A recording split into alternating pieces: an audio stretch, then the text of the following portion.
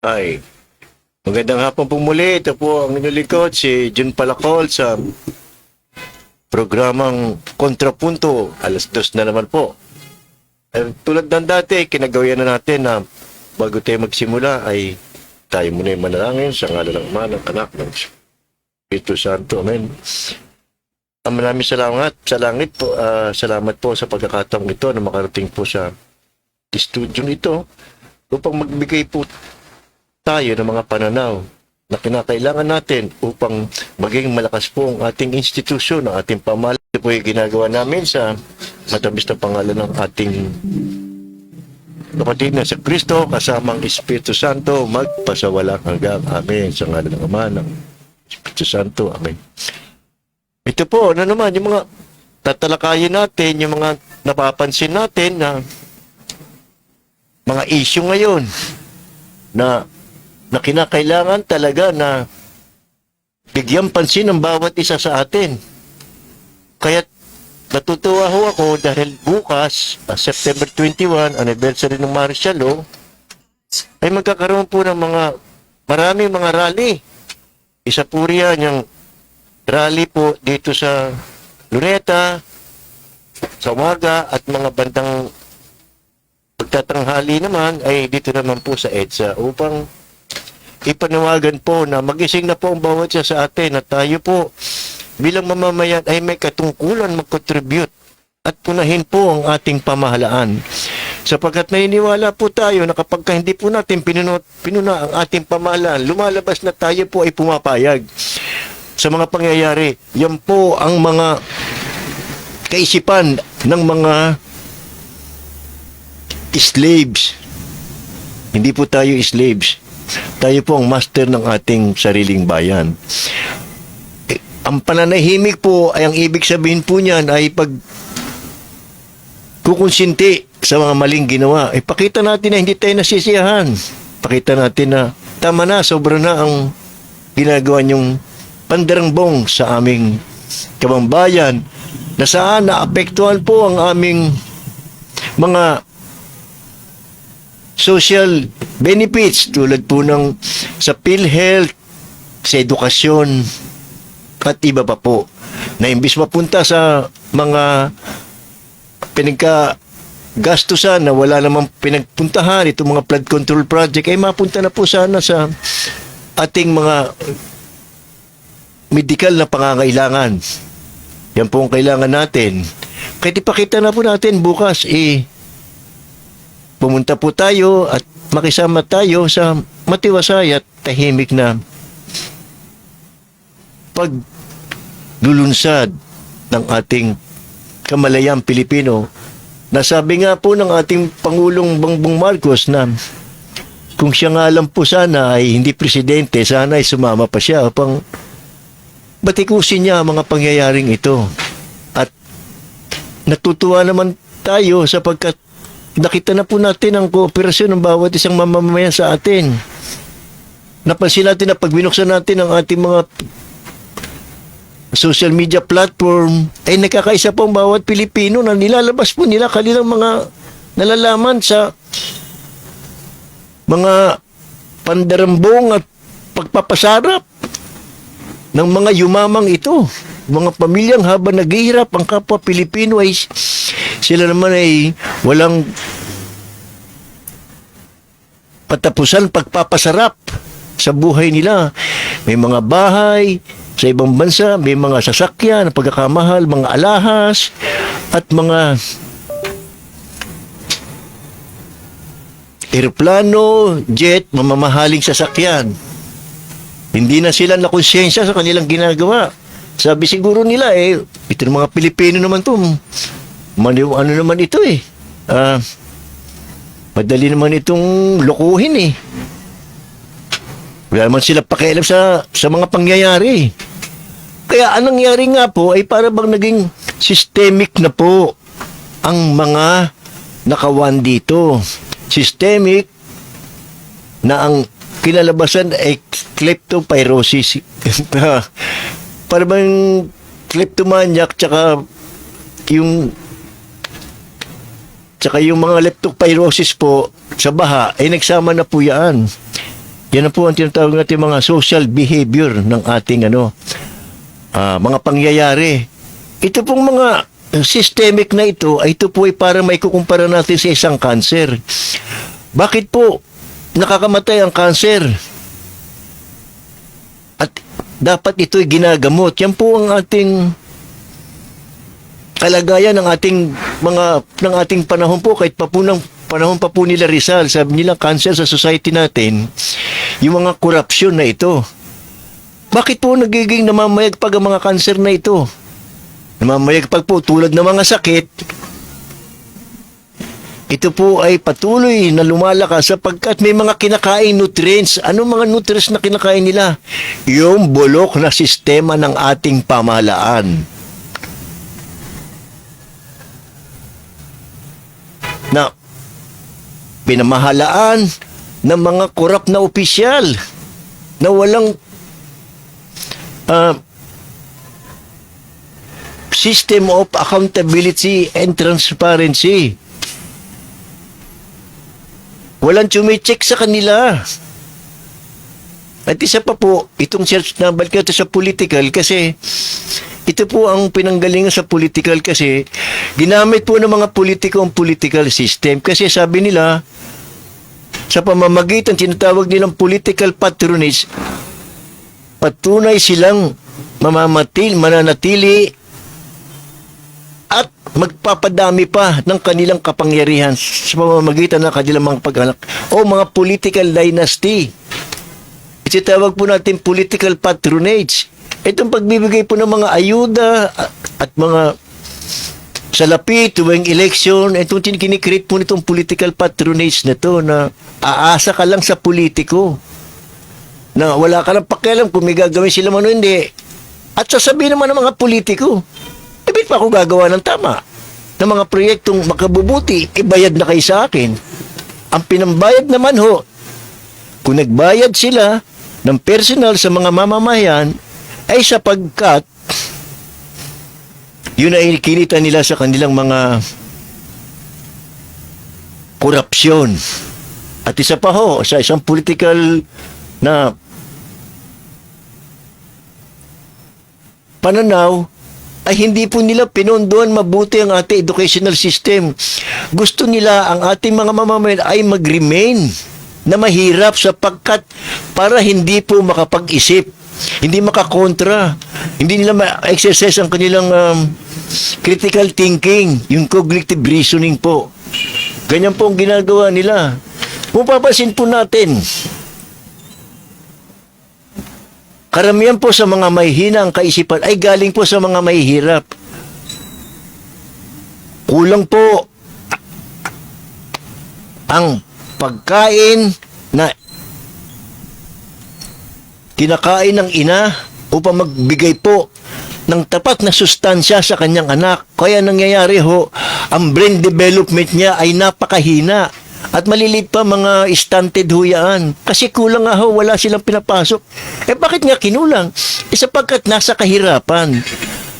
Ang nagpatuloy ng kahirapan ay ito tinatawag natin ng bulok na political system. Gusto nilang tayo mga Pilipino ay remain tayong bobo. Kaya nga sa mga pag-aaral tayo po sa Asia sa mahinang ulo. Kasi gusto mga ating politiko, bobo tayo para taga-sunod-sunuran. Ganun po ang mga slaves para hindi po tumutol. Kahit ito ay hamon na sa atin ito. Kaya dapat po bigyan natin ng tunay na budget ang ating mga mag-aaral at budget po doon sa mga mahihirap, lalo na po yung mga inang nagbubuntis. Palakasin natin ang magnanay law, magnanay act law na kung saan kailangang suportahan natin ang isang ina habang po na dinadala sa kanya sinapupunan ang kanyang anak. Sapagkat yun po ang pinakamahalaga sa pagde-develop po ng kaisipan ng isang bata. Nasa tiyan pa lang ng ina ang bata ay nagsisimulan po na po-form na ang kanyang kaisipan. Pagka po kulang ang nutrisyon na ipinakain sa ina, ganoon din po ang papasok sa mga ating mga anak. Hindi po sila makakapag-isip mabuti. Ikumpara natin isang mahirap sa isang mayaman. Ang isang mayaman, madaling makapag-isip. Kasi maganda yung nutrients nila sa pinakakain sa kanila. Pati mga environment nila. Nakakapasok sila ng maayos, mga dekotse pa, hinahatid sila ng mga driver. Hindi ka po tulad po ng mga mahihirap. Kulang sa nutrisyon at kung papasok, kulang pa nga sa baon, hindi makakain ng tama. At kung sasakay po ng mga transportasyon, nagkukulang po ang kanilang mga pamasahe. Minsan naglalakad na lang, gigising na maaga. Kaya po nangyayari natin, ganyan po nagiging produkto ng ating sistema ng ating mga mag-aaral. Kaya, kailangan na nating wakasan ito, ang mga pangyaring ito. Yung pagiging mahina ang ating kaisipan ay nag-i-implement sa ating social behavior na hindi tayo makapag-isip mabuti kung ano ang dapat nating gawain. Dapat bigyan na natin ng wakasan na natin itong mga political dynasty. Na ngayon, napapansin po natin, ngayon, nakita ninyo, sa mga issue, nakikita natin ang corruption sa flood control, naglabasan po ang ilang political dynasty na mayagpag po sila. Itong ano kay ano, yung kay Saldico, produkto ho yan ng political dynasty. Ako, Bicol Party List, yung kasama rin po yan. Kailangan baguhin din natin ang ating sistema ng ating pamamahala. Ang political organization tulad po ng political dynasty.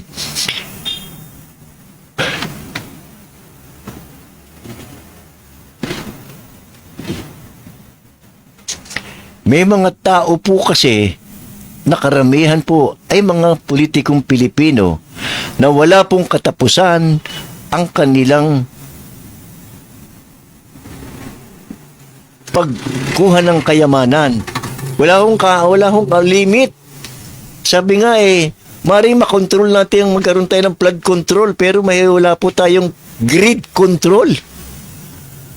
Naalala ko tuloy ang sinabi ng isang dakilang leader ng India, si Mahatma Gandhi. Sabi po niya, na isang quote na aking tinandaan, ilang taon na to, hindi ko kinakalimutan. At nakukote ko, sabi niya, God created planet with its resources sufficient to feed humanity. Ginawa raw po ang mundo, ang planeta, na may mga resources na kayang buhayin ang mga tao. Pero, sabi niya,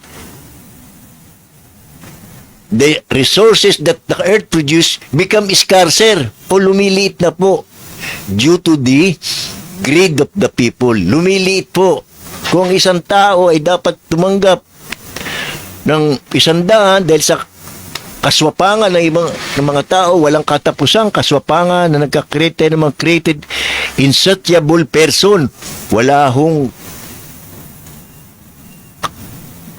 boundary ang kayamanan. Kikita natin ang mga tao dito, mga politiko sa atin, nasa kanila na lahat. Kita nyo, makikita natin sa social media, ang lalaki ng mga bahay. Hindi lamang po dito sa mga gandang gated gate, sa mga exclusive subdivision sa ating bansa. Meron pa po silang mga bahay sa ibang bansa. At ang kanilang mga gamit, may aeroplano, helicopter, mga mamahaling mga imported luxury car, mga relo, na yung halaga po ng relo, pwede na po pagpatayo na isang magandang bahay. May mga relong 10 million, 15 million. Nakita po ito. Example ko lang po ito. Dito sa isang, hindi pa siya politiko, siya pala ginamit pala ng politiko o nagpagamit. Itong si Bryce Hernandez. Na inamin niya, nagkaroon siya ng mga sasakyan ng salapi. As a matter of fact, pagharap nga po niya sa International Commission on Infrastructure sa ICI, nakahapon, inamin niya na ibabalik ko yung sasakyan ko para ipakita ko aking good faith, makikipag-cooperate ako. Ang halaga po ng kanyang GMC na sasakyan ay 6 million. At nakapahanda pa siyang ibalik ang kanyang Rolls Royce na nagkakahalaga ng 60 million at meron pa siyang Ferrari na 40 million. Yung pala sasakyan pa lang ho yan, ha? At hindi po siya ang main actor dito, ha. Isa pa lang siya sa mga umiikot ng mga phone ng mga politiko. What more kung yung mga politikong ito, nakita naman natin sa mga nagyabang, yung mga diskaya, nag-interview sila, pinakita nila ang mga kayamanan, itong sila Atayde, at marami pa ho. Karamihan mga politiko na talagang habang naghihirap ang tao, tuwan-tuwa sila na ipagmalaki ang kanilang kayamanan kahit sa mukha ng kahirapan ng ating mga may hirap na mamamayan. Din nga palang nakaraang Sabado, tinukoy ko yung bakit napunta tayo sa issue ng flood control na atalakay ko nga na dahil sa hindi pinatupad ni Senator Chis Escudero na nooy dating Senate President yung impeachment article ng mababang kapulungan na sinasabi na kapag nakakuha na rin ng 1/3 votes of all the members ng kapulungan ay hindi na po ito tatalakayin sa bawat committee, kundi direkto na po ito, diretso na ito ipapasa sa Senado. They will immediately proceed. Ay, ibig sabihin po ng immediately, without delay. Gawin kagad. Wala nang delay. Ano yung kagad? Ginawa ho nitong si dating senador Chis Escudero, dinilay po niya. Kaya ngayon nangyari, na-center po tayo sa flood control. Kung nagsimula po ang impeachment, baka ang sentro ng kaisipan ngayon at tinatalakay natin ngayon, impeachment ni Sara. Ano nangyari sa kanya? Bumalik sa kanya ang consequence. Para ba siyang dumura sa langit, tapos yung dura niya, bumagsak sa mukha niya. Siya ang tinamaan. So, anong mga nag-epekto? Kita naman po natin ang epekto sa kanya. Natanggal siya bilang Senate President. Sapagkat sabi ng mga senador na mga dating sumuporta sa kanya, gusto natin i-maintain ang integrity na ang bahay natin, itong Senado. Pero paano natin ito mapamaintain kung isang leader ay tumanggap ng isang campaign donation ng 30 million sa Centerways na pinangungunahan ni Lawrence Rubiano na inamin naman na nag-donate during the campaign 2022 at tinanggap din at inamin din naman ni Senator Escudero, tumanggap siya ng 30 million na ito po ay nakapalagay sa dokumento, sa SCOMELEC, sa Statement of Contribution Expenses o tinatawag nating SOSE. Sinabit po yan sa Political Affairs Department ng COMELEC. Kaya hindi siya pwedeng dyan. Makapag-deny niya kasi dokumentado ito. Nasa ito. Kaya yun ang maging basehan. Kaya po siya tinanggal si dating Senate President Escudero sa pagtanggap niya. At ang nakakabahala pa nito sa kanyang parte, ang kaparusahan po ng violation po yun ng Section 95 ng Omnibus Election Code na pag ikaw ay isang politiko na during sa election ay ginamit mo at tumanggap ka sa isang kontratista na nag-supply ng goods or services, may kaparusahan ito, matatanggal ka sa iyong posisyon, sa government position, whether elected or elected ka, matatanggal. Pati naman po, may kaparusahan din pagkabilanggo ang nagbigay. Kaya, iniisip ko kung anong palusot ang gagamitin nila dito. Para makalusot dito kasi very clear po yung batas Pagka during election, during political campaign, political exercise, tumanggap ka ng salapi. Galing sa natural person or juridical person. Kung sabihin natural person, katulad ko po, may damdamin ako, human po ako, tao ko. At yung mga juridical, yun ba ay parang naging tao dahil sa batas. Nagkaroon po sa personality. personalidad po na ginawa ng batas na pwede siya magdemanda at pwede siyang demanda at gumawa ng kontrata. Ganun po ang ano. Nangyari o, nag-donate, inamin niya. Kahit nasabihin itong si Lubiano na ibinigay niya ito ng personal. Sabi niya kasi, ibinigay niya personal as a friend. Wala po sinasabi doon. Kahit na ito po ay galing sa isa kaibigan. Kasi gustong palabasin ni Lubiano na ito ay hindi galing sa kumpanya ko na-involved sa flood control na nasa member po, kasama po sa top 15 top contractor na pinangalanan po ng ating Pangulong BBM na nakakuha po sila ng 100 billion yung top 15 na yon. Ang nakuha po yata ng Lubiano 5.4 billion. At ito sinabi ko nga ngayon, itong talagang garapal na itong ating sistema, ito palang Lubiano, may mga kamag-anak din pala ni Saldico.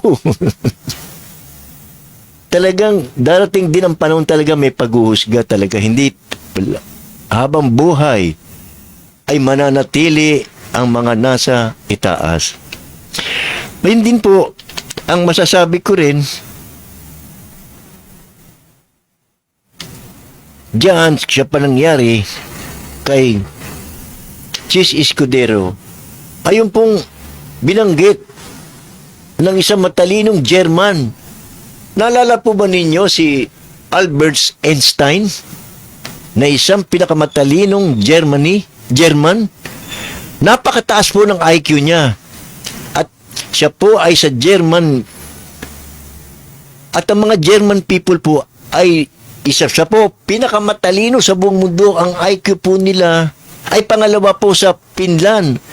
Kung ang Finland po may 101.74 IQ, ito pong bansang Netherlands at Germany ay mayroong 100.24 intelligent quotient. Napakatalino po niyan. Anong sinasabi ni Albert Einstein sa kanyang libro? Nakilala po siya po the greatest na ating pong na-produce po ng science. Hindi ko alam kung philosopher o greatest philosopher siya o magaling siya sa pagtutuklas. Yung pong kanyang na in-enhance na theory of relativity. Yun ho theory of relativity.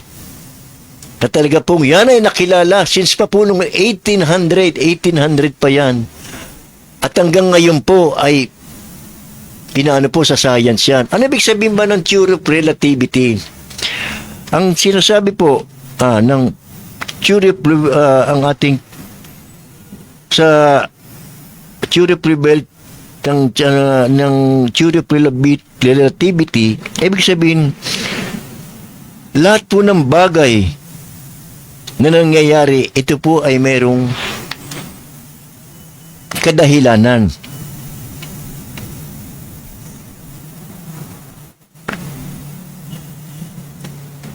All things have consequences. May mga pangyayari po na binabanggit na everything, ito po sinasabi ng ng theory of relativity ni Albert Einstein na everything happens with a cause. Lahat po ng mga pangyayari meron pong dahilan, meron sa likod po. Kunyari, ako yung naglalakad, bigla ako nadapa. Siguro may nakatalisod ako. Lahat po, hindi po nangyari aksidenteng lang. Na-aksidente ka, meron ka rin ginawa. Yan po ang talagang inaano natin.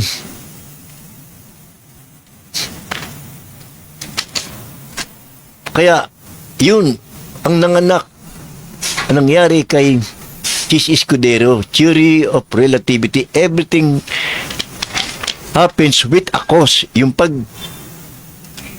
di-delay niya, kaya hindi natuloy ang impeachment ay yung hindi niya po hinarangan niya ang impeachment na sinampa ng Kongreso. Everything happens with a cause. Hindi mangyayari ang isang bagay na walang dahilanan. May dahilan. Yung tinatawag na theory of relativity. Kaya yon, Chis, ikaw may kasalanan yan. Ang inantay na lang po natin ngayon, pagkakaalam ko, binigyan siya ng COMELEC ng show cause order para magpaliwanag bakit siya tumanggap. Ngayon lang naiisipan ko paano siya magpapaliwanag dito? Samantalang maliwanag ang batas. Simpleng-simple lang ang wording. Sa section 95C, na pag ikaw ay politiko at tumanggap ka ng campaign contribution during the election, ay maharap ka sa disqualification at criminal liability naman. Mangyayari naman sa nagbigay sa iyo. Kasi paano sila makakalusot? Inamin niya na At inamin din ni Lourdes Lubiano na presidente po ng Centerways na tumanggap po ng malaking budget din sa flood control na binigyan niya. Ang pinapalusot lang nila, sabi nila, for personal daw yun. Yan. Kaya, ganyan na nangyari sa Chis. Akala ko pa naman matalino ka. Nakipanood ko pa ng mga sa isang sa social media Tuwang-tuwa si Heart Evangelista nang binigyan mo ng isang ring na nagkakahalaga ng $1 million. Isang katuwang-tuwa. Nakita, ko lang, sinaset ko lang yung nakita ko sa isang na doon,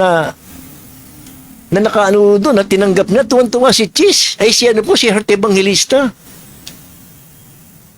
Ang masasabi ko naman sa iyo, Chis, have a heart to the poor, sa mga maliliit. Ang mahal, biri mo isang sing-sing lang, tuwan-tuwa, hindi malaman kung anong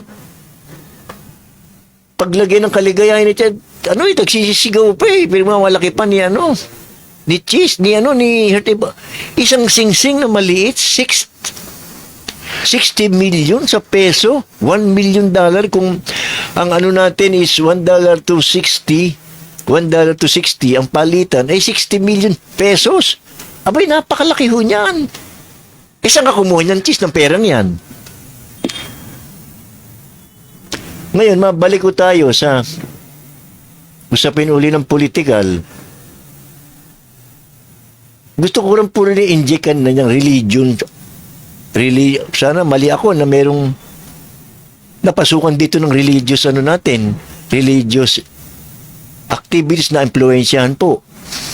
Kasi naalala ko naman ang isa namang matalino, isa sa mga matalino rin at isa sa founder pa ng communist po, si Karl Marx.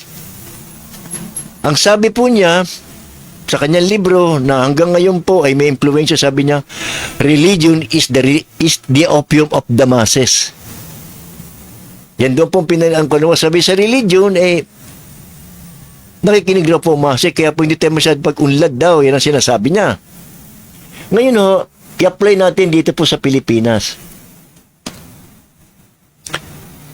Nagtataka ng mga tao, lalo na may mga ibang foreigner. Sabi nila, bakit ang Pilipino sa Pilipinas, ito pa naman ang the only Christian country in Asia. Tayo raw po mga Pilipino ang pinaka-religyoso dito sa Asia. Ilang percent dito ang Catholic Church? Ilang percent dito ang ang Iglesia ni Cristo, yung mga Protestant? Ang Aglipayan Church, Philippine Independent Church. Pero bakit ganoon? Hindi pa tayo natuturuan ng mga moral values na kinapapalooban po ng mga Bible scripture na tayo sana be honest, observe honesty, transparent, tsaka accountability. Hindi ba tayo naturuan yan? Kasi sana mali ako, ha? Mali sana ako. Kasi baka may mga Bible statement doon na sinasabi na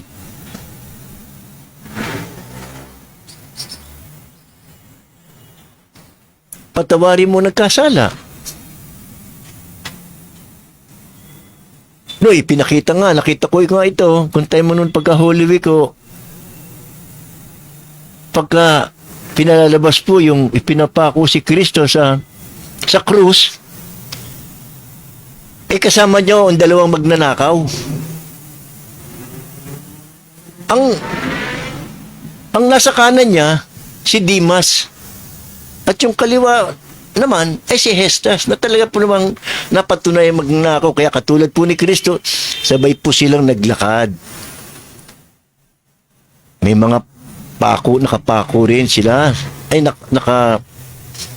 May mga krus din silang dala-dalaga. At ipinako rin sila sa krus.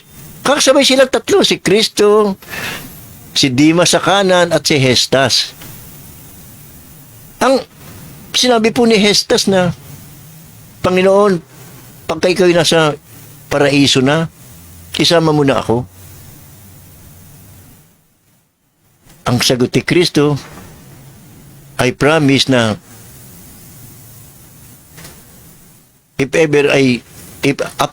when I reach heaven, you will be with me in paradise. Kasama kita sa paraiso. Nagsisi ka lang kasi. Sabi ito, si Hestas, hindi mo nagsisi. Kaya naroon pa rin siya. Ang point ko rito kahit ano palang gasing kasalanan natin, basta magsisisi lang tayo, pwede na ba yun? Pagpalagay ninyo, itong naging modelo ng mga magnanakaw sa atin. Sabi niya, magnanakaw ako ng katakot-takot ng marami. Tapos, bago ako mamatay, magsisisi na ako. Yun na lang. Na-enjoy ko na. Marami na akong pinahirapan, marami na akong nakurakot, marami na akong nawalangya, marami na naghirap. Kaya, at tingin ko, hindi ba parang merong yan sa ating moral value? Na kaya tayo naturingan na kahit na tayo ay isang reliyosong bansa, napakarami dito rin mga walang hiya. Yan sa mga ganyang natin mga pag-iisip. Sabi nga ni Karl Marx, religion is the opium of the people. Sana maliho ako. Dapat hindi ganyan sana ang panunod. Pagka may mali, may mali. Kung magsisi ka na, huli na wala tayong magagawa. Kaya nga, meron tayong mga kulungan May mga ron tayong courts of law. Pagka nagkamali ka, pasok ka sa loob na. Yun ang pagkakalam ng iba. Pagka sila nagkamali, magsisi lang sila, pupasok sila sa heaven. Di mo sila makakapasok sa kulungan, kaya sa heaven na lang ang kanilang pupuntahan. Basta't magsisi lang sila. Yun na nga lang ang problema nga. Tutang ulitin ko, kung talagang ginamit ng modelo na ng mga tao yan. Kaya sabi niya, habang buhay ako, magnanakaw ako, magagawang katarantado, patatawarin din naman ako Basta't magsisi lang ako Ayun na naging modelo ng ating ng ating mga mamamayan at lalong-lalo na po ang ating pong ang ating pong mga korap na opisyal.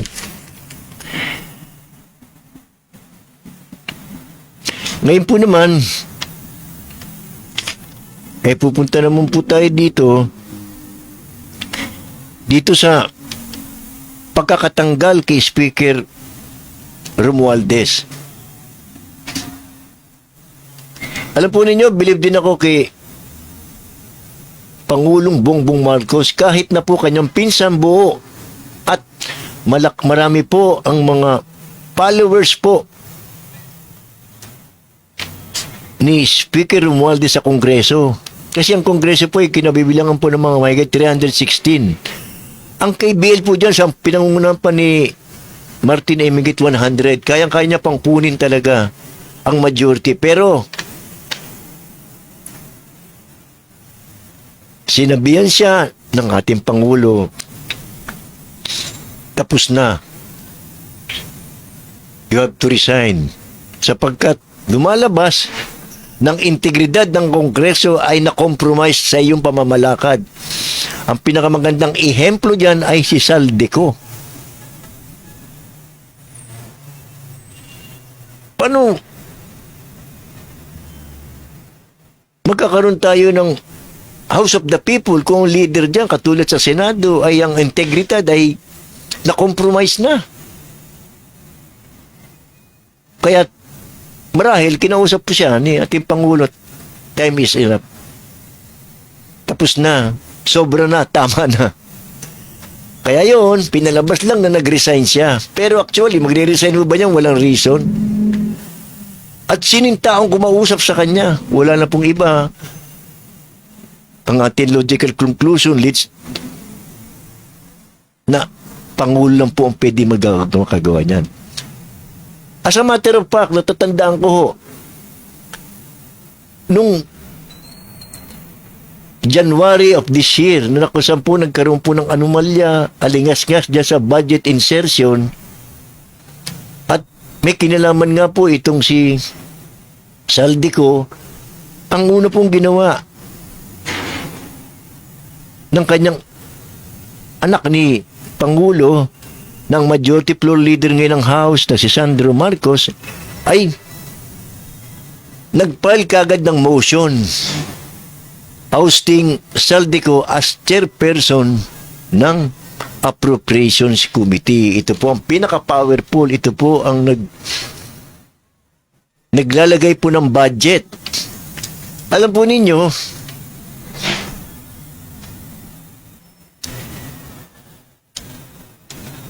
ang budget na ginawa po ng executive through Department of Budget and Management comes in the form of National Expenditure Program. Yan po ay kinuha yung mga data na yan kung ano pangangailangan ng bawat departamento. And based on that, gumawa ang Department of Budget ng mga departamento kasama na po DPWH. Kunyari, gumawa sila, sabi nila na 100 billion. Doon lang po dapat. Hindi na po dapat lumagpas yun. So pagka yun po ang Malacanang po representing executive ipipresent po ng Pangulo sa after delivering his so na mga 3 or 4 days ibibigay na po yung budget na yan. Itatan over na po yan sa Kongreso.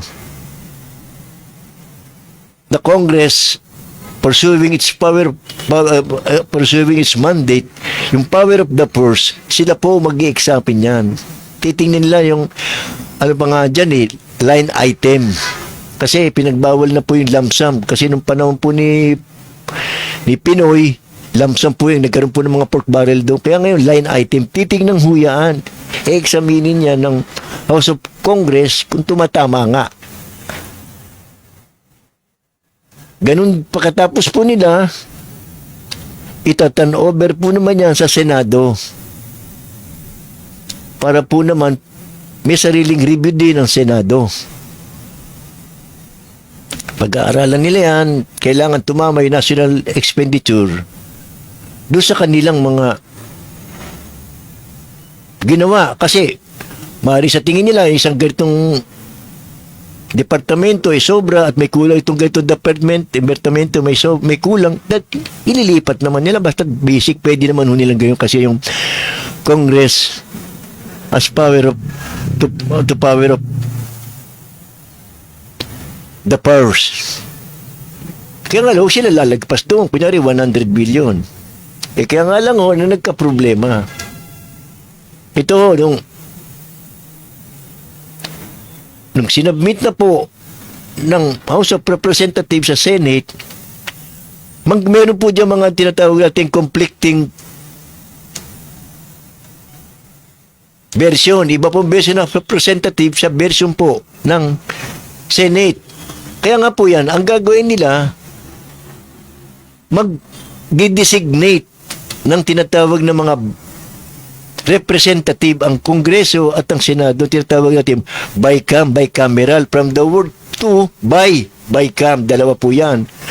Maring ang mga kasapi niyan, yung pong House of Representative Chairperson, si Saldico, assistant niya, at ang Majority Floor Leader, Minority Floor Leader, maaari pang dalawa. Kaya baka mga 7 sila. Ganon din po sa Senado. Naroon din po ang chairperson ng Senate Finance, si Grace po, na nawawala yata sa usapan. At ang chairman po ng majority, mga minority, mga 7 yan. Ngayon, pinaka-final po niyan, dadalhin po sa tinatawag na small committee. Ang small committee po, yan silang final say na. Ito po ay kinabibilangan ng speaker at ng chairman of appropriations na si Saldico. Sa Senate naman, itong si Escudero at si Grace po. Sila na po ang may say kung mangyari doon. Ngayon, gagawa na po sila ng mga version nila. Ang problema nga lang ho doon, may tinanggalan sila mga budget, ang ibang isinaksak nila sa kanila kung ano gusto nila. May mga insertion. At hindi lang yun, gumawa pa sila ng additional budget na dapat na sinabi ko, kunyari 100 billion lang, nilagyan mo nila ng tinatawag na ang program. Ang program ho, hindi po kasama sa programa lang. Na ginagawa lang ho yan, kapag kami sobra tayo, may savings ang budget. Ginawa ho nila yan. Yan po ang pinanggagalingan ng kanilang mga pinasok ng mga flood control project. Diyan po, nagkaroon po ng insertion diyan. Kaya nga sabi doon, sa lumalabas doon sa committee ni Senator Lacson sa Blue Ribbon, sabi niya, bakit may insertion dito 600 million sa isang senador, kay Senator Villanueva sa Bulacan, at 360 million namang kay Jinggoy. Bakit nagkaroon ng ganun? Hindi pinag-usapan ito eh. Wala ito sa version ng House of Representatives nung ginawa na nila ang kanilang ano. At nung sa Senate din po, wala po rin po yan. Bakit biglang nagkaroon yan? Ayun nga po tinatawag natin, nakasobrahan na yun. Yung po ang pinanggalingan ng mga flood control project. Ano po talaga, grabe naman sila talaga. Kaya pala, dahil meron sila mga kontratista at yung mga project na yon, sila nang bahala. Nakinabag dyan si Saldico kasi ang kanyang budget na pinaglalagay niya sa iba-ibang distrito ay nakakalaga po ng mga 13 billion, 13. Tapos ang contractor, siya rin yung SunWest. Siya, kanya rin yun eh. Sinabi niya, Divest. Kanya rin yung mayari. Yung SunBest, kanya rin ho yun. Sinabi niya, Divest. Hindi yun totoo yun. Pati mga high-tone, kanya rin ho yun. Karamihan ano, mga flood control na yun, may mga ghost project, o kaya mga overpriced, substandard. At nagkakapagtaka rin ho ito. Ito ang lakas din naman ng loob ito sa Saldico. During noong pandemic, nakinabang din pala ito. Ang kanyang kumpanya ay nag-import din ng mga laptop para sa mga teacher natin, para gagamitin sa mga teacher. Na ang bawat isang laptop ay dapat bilihin ng 35,046. Binili sa kanya ng 58,000. Ang laki yun ng overprice. Ibawas nyo na lang, ha? 58,300,000 against 35,640 or 39. Ay, mga malaking halaga ito. Oo. Di ko lang makompute dito.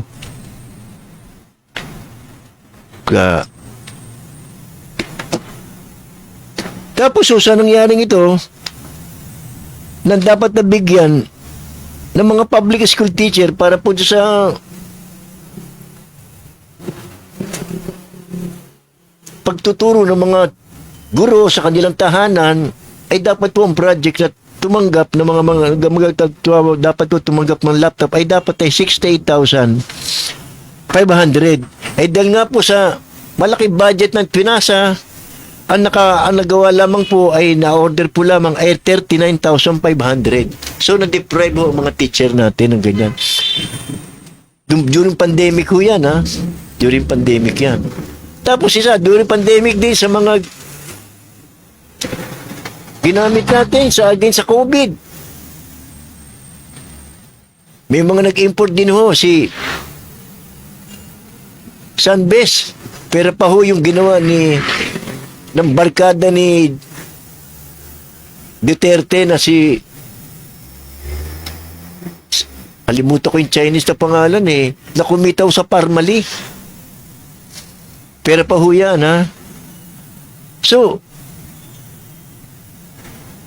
grabe naman itong si Saldico. Tapos ngayon, gusto na naman mag-import.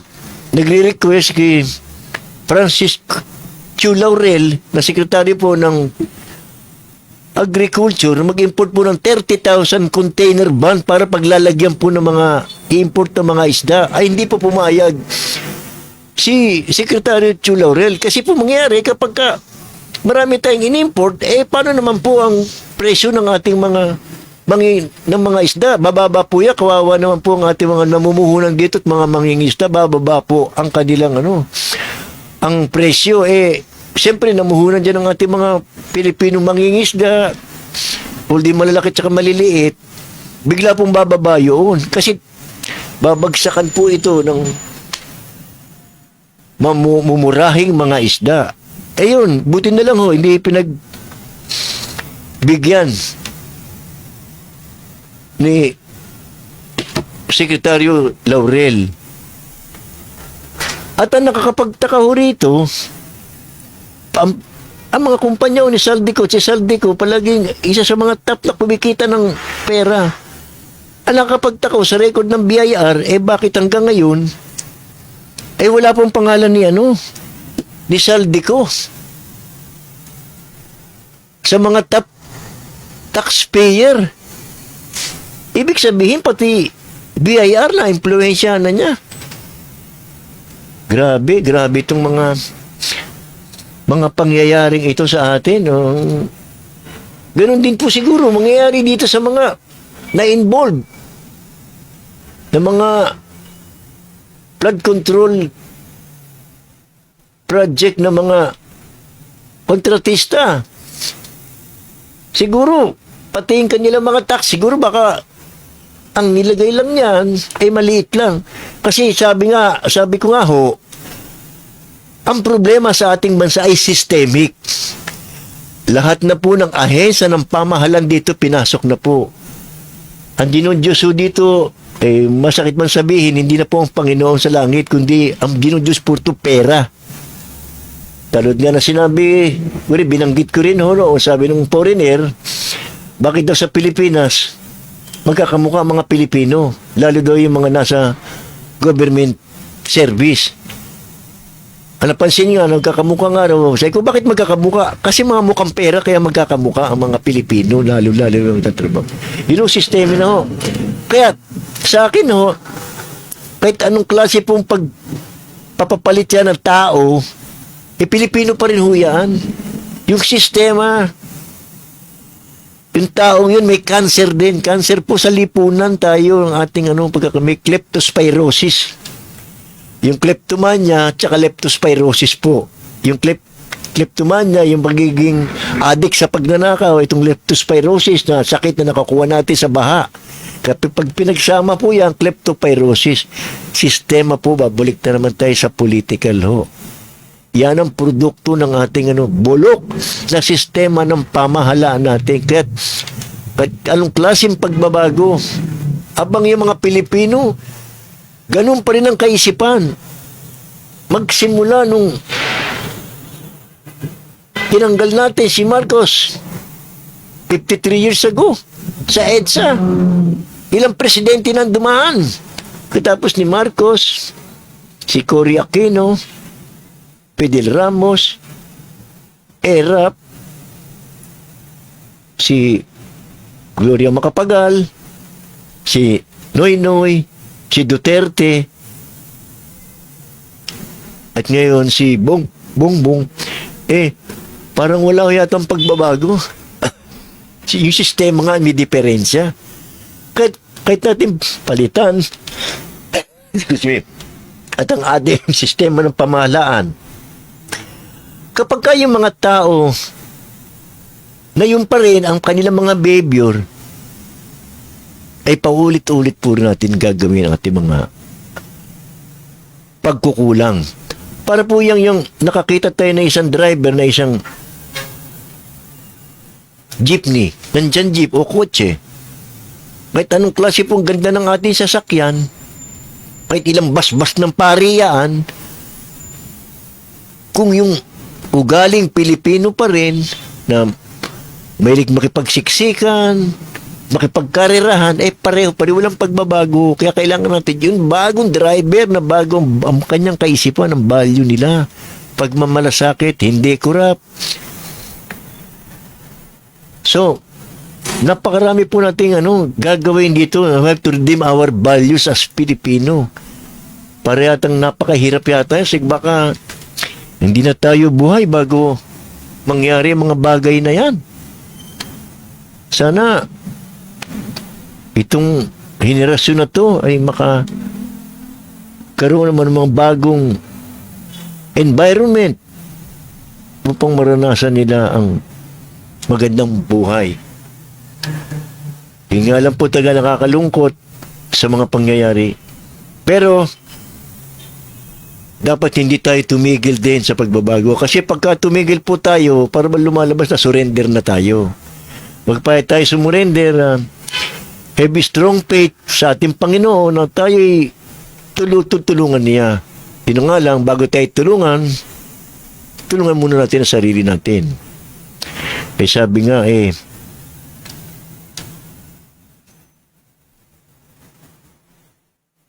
in God's grace, before it be given, dapat muna may ginawa ang tao. Hindi puro aasa lang tayo ng grasya nang wala naman tayong ginagawang pagbabago sa ating ginagalawang lipunan. So, ang panalangin na lang natin na sana ay bukas ay hindi maging magulo, marami ang dumalo, mabuksan ang isipan, at makipag-collaborate tayo upang ipakita natin sa mga pamahalaan, lalong-lalo na po sa mga korap na to, na mga manhid na mga kaisipan, marid na ang kanilang mga utak, na iba na ngayon ang mga Pilipino na ngayon. Kaya minsan, pag nakikita ko yung Thailand government, pinalitan na ang kanilang Prime Minister, yung hindi ko alam kung Indonesia ba o Malaysia, na nagiging violent na yung mga demonstrador. Itong huli naman po, itong Nepal government na yung asawa ng Prime Minister ay sinunog ng buhay.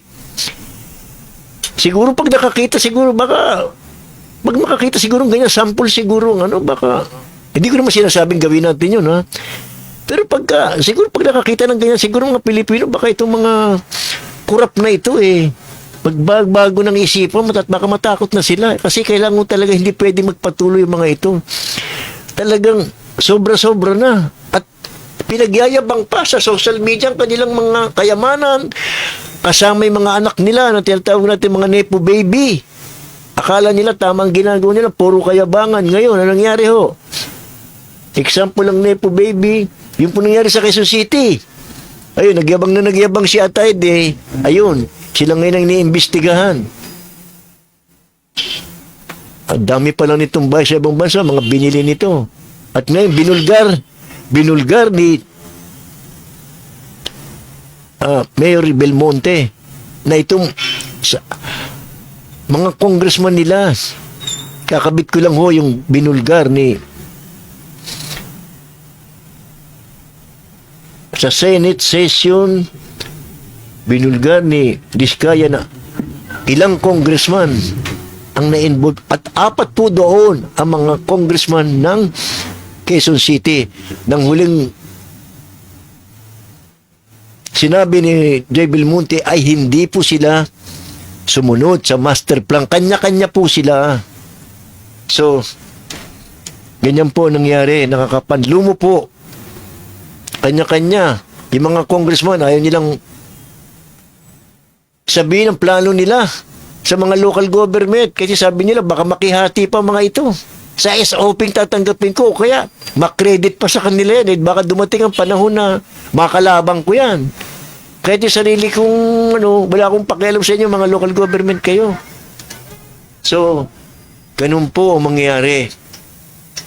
So, dumating na naman po tayo sa oras ng ating pagtatapos at ipagpapatuloy po natin ito sa susunod uling Sabado at marami-rami pa po tayong tatalakayin, lalo na po itong mga darating na mga pangyayari sa mga susunod na araw bago po magsabado muli. Yung po lamang at patuloy panalangin natin sa Panginoon na sana'y magkaroon po ng tunay na pagbabago dito po sa ating bansa. Maraming salamat po sa inyong lahat sa pagkinig dito po sa programang Kontrapunto. Gandang hapon po muli at God bless sa lahat.